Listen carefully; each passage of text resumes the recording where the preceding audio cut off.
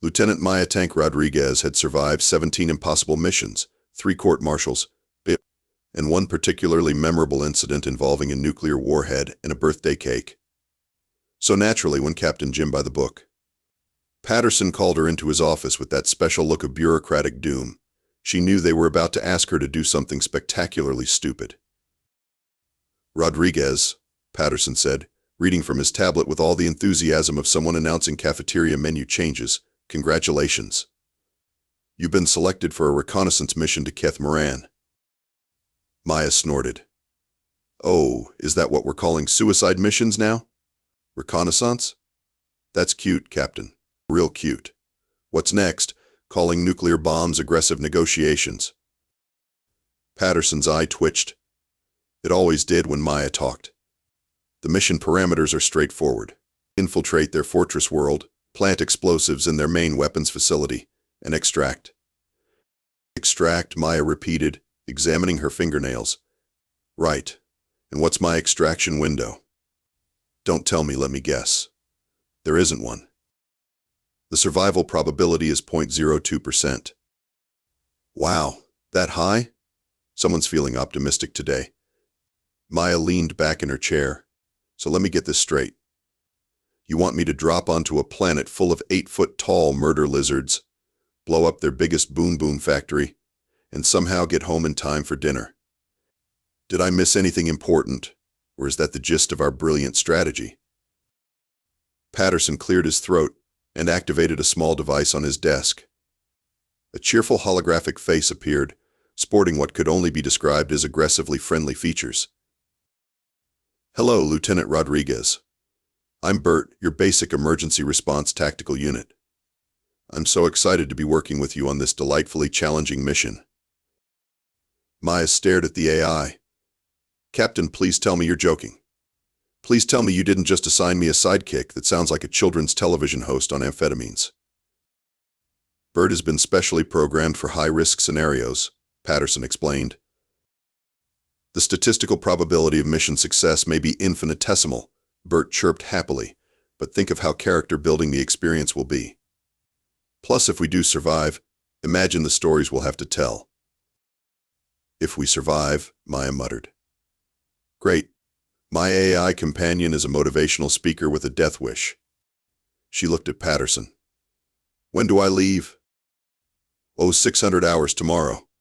Your drop pod will be equipped with standard demolition gear, emergency rations, and a prayer book." "A prayer book?"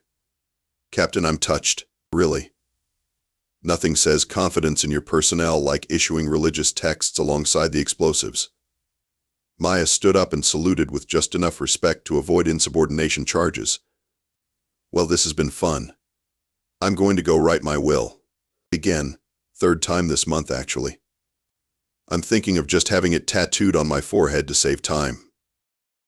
As she reached the door, Patterson called after her. "Rodriguez?" "Yeah, Captain?" "Try not to die immediately. The paperwork is murder." Maya grinned. "Sir, I've made disappointing authority figures in art form.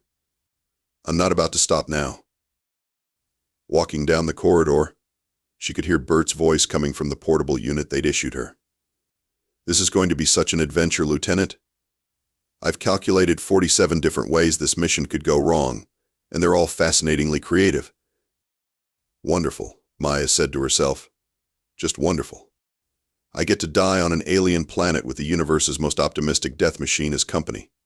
What could possibly go wrong?" The drop pod screamed through Keth'moran's atmosphere like a meteor with anger management issues.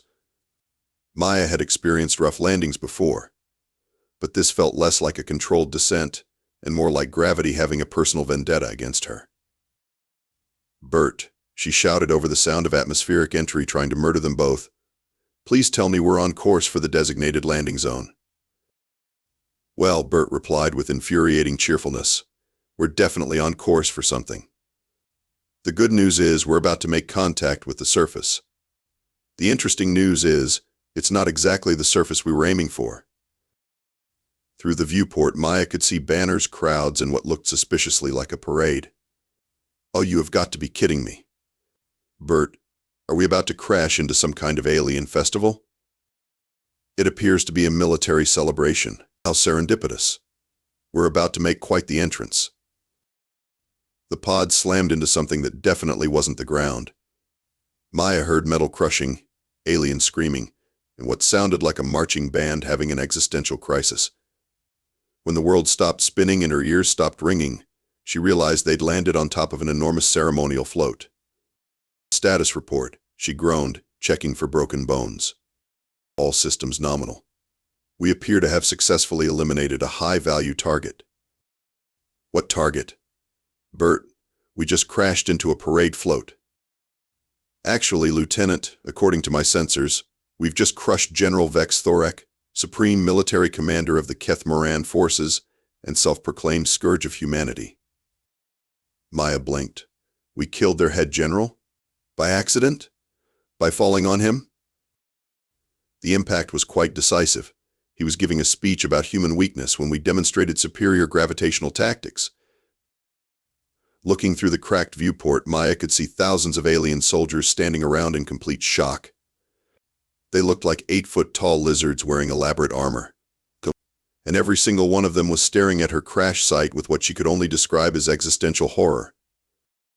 BERT, why aren't they shooting at us?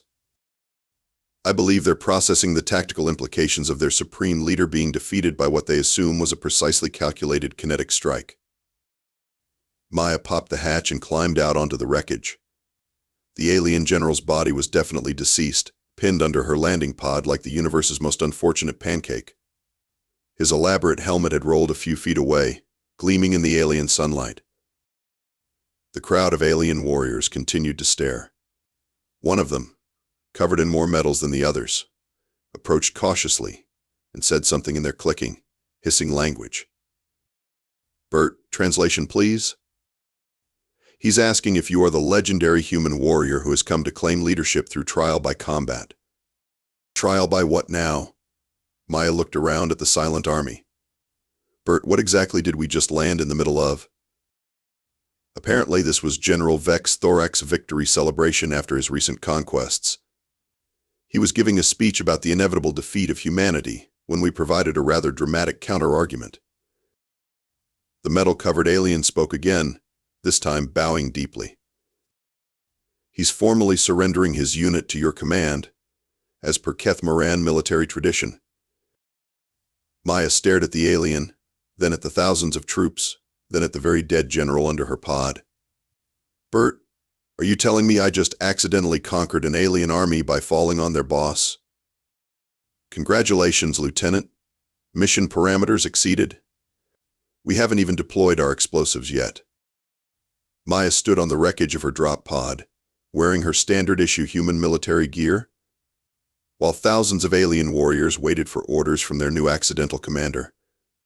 The absurdity of the situation was so complete it had wrapped around to being almost normal. Okay, BERT, she muttered. Explain to me exactly how alien military hierarchy works, because I'm pretty sure this violates several interstellar treaties. According to Keth'moran tradition, military leadership is determined through combat prowess. Since you defeated their general in what they consider single combat, you now hold supreme command authority over all forces present. The metal-heavy alien approached again and spoke in their language. He's asking for your first strategic directive, Commander Rodriguez. Maya looked around. She still had a mission to complete, explosives to plant, and a weapons facility to destroy. The fact that she now commanded an alien army was just another Tuesday in her increasingly bizarre military career. Tell him, she said slowly, that we're conducting an immediate tactical redeployment to test their weapons facility's defensive capabilities. BERT translated, and the alien's eyes lit up with what might have been respect. He says your wisdom is exceeded only by your strategic brilliance. He's honored to participate in such an innovative training exercise. Training exercise, Maya repeated. Right, BERT. They actually think I'm leading them in war games? Keth'moran military doctrine emphasizes constant readiness through surprise drills. Your request to attack their own facility demonstrates tactical thinking they've never encountered. Within minutes, Maya found herself at the head of an alien army marching toward the very target she'd been sent to destroy. The Keth'moran soldiers moved with military precision, their formation perfect despite the fact that they were following a human who had no idea what she was doing. "BERT, I need tactical advice. How do I get this army to help me blow up their own weapons facility without them realizing they're committing treason? Might I suggest drawing inspiration from classic Earth military strategists? Sun Tzu says to know your enemy. Napoleon emphasized speed and surprise, and General Patton said to lead from the front." "BERT, did you just quote Napoleon and Patton? Where exactly did you get your military education?" "I've been studying human military history through your entertainment databases. I found some fascinating documentaries about something called World War II. Maya stopped walking. "BERT, please tell me you haven't been getting military strategy from old war movies." "Not exclusively. I also learned quite a bit from something called the A-Team, very educational programming about unconventional tactics." The weapons facility loomed ahead, a massive structure bristling with defensive towers and energy barriers. Maya's alien army spread out in textbook formation, awaiting her orders. "Commander," the alien officer said through BERT's translation, "how shall we begin this training exercise?"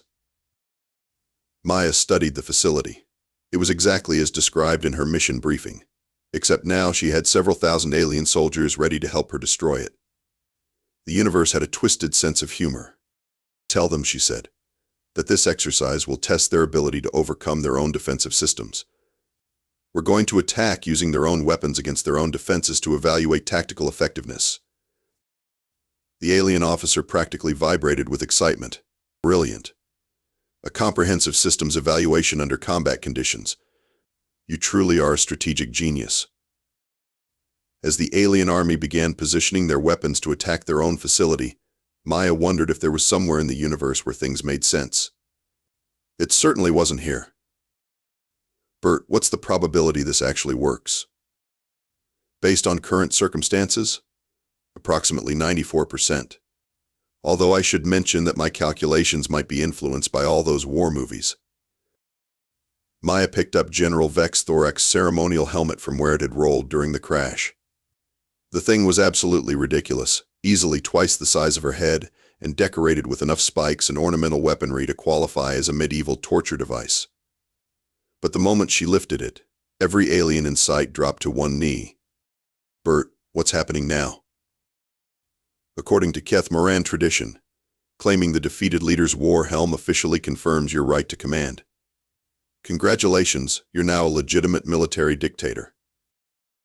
Maya held the oversized helmet, which looked like it had been designed by someone who thought subtlety was a communicable disease. "This thing weighs more than my entire equipment pack.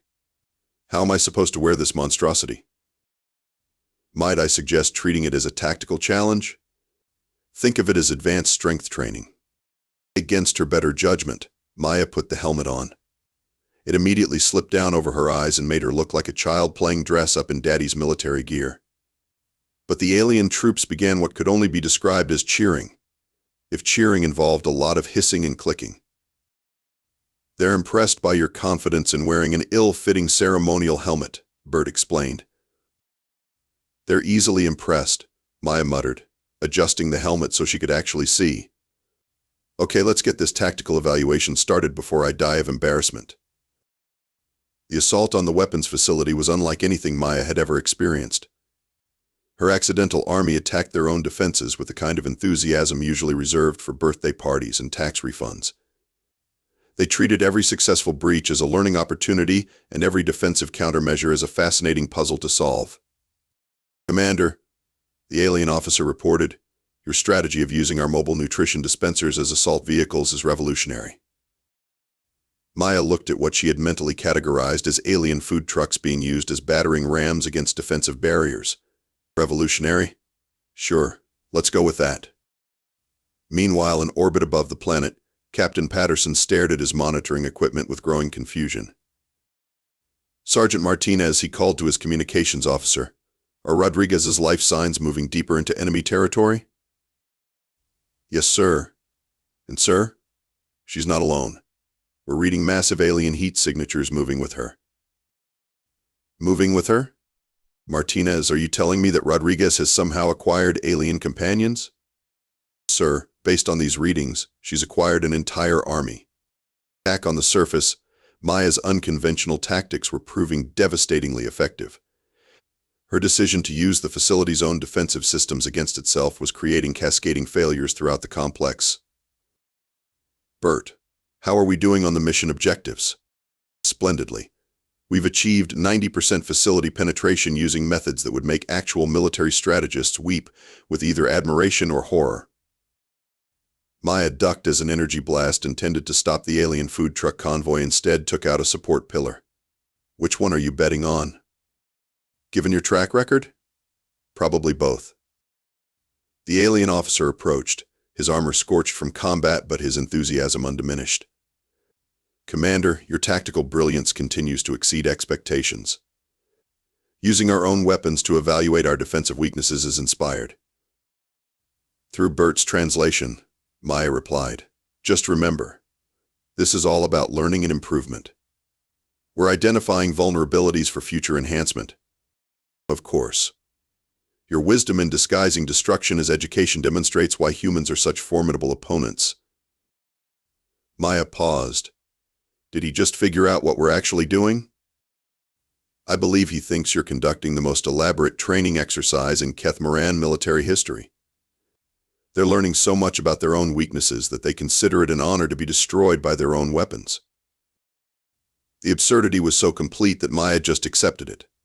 She was wearing an alien general's oversized helmet, leading an enemy army and destroying their own weapons facility, and somehow this all counted as completing her mission. BERT, remind me to never question the universe's sense of humor again. Noted. Should I also note that Captain Patterson's blood pressure medication might need adjustment after this mission report? The weapons facility's central chamber was everything Maya's mission briefing had promised and more. Massive energy conduits snaked across the ceiling, feeding power to weapon systems that could level continents. Banks of control terminals managed defensive grids protecting dozens of human colonies. It was exactly the kind of target that required precise demolition to prevent catastrophic collateral damage. BERT, scan these systems. I need to know which ones to hit to disable their weapons without turning this place into a crater visible from space. Scanning now. Oh, this is interesting. Lieutenant, according to my analysis, this isn't primarily a weapons facility at all. Maya paused in setting her charges. Come again? The primary function appears to be communications coordination. These weapon systems are secondary to a massive subspace communications array that's managing their entire fleet operations.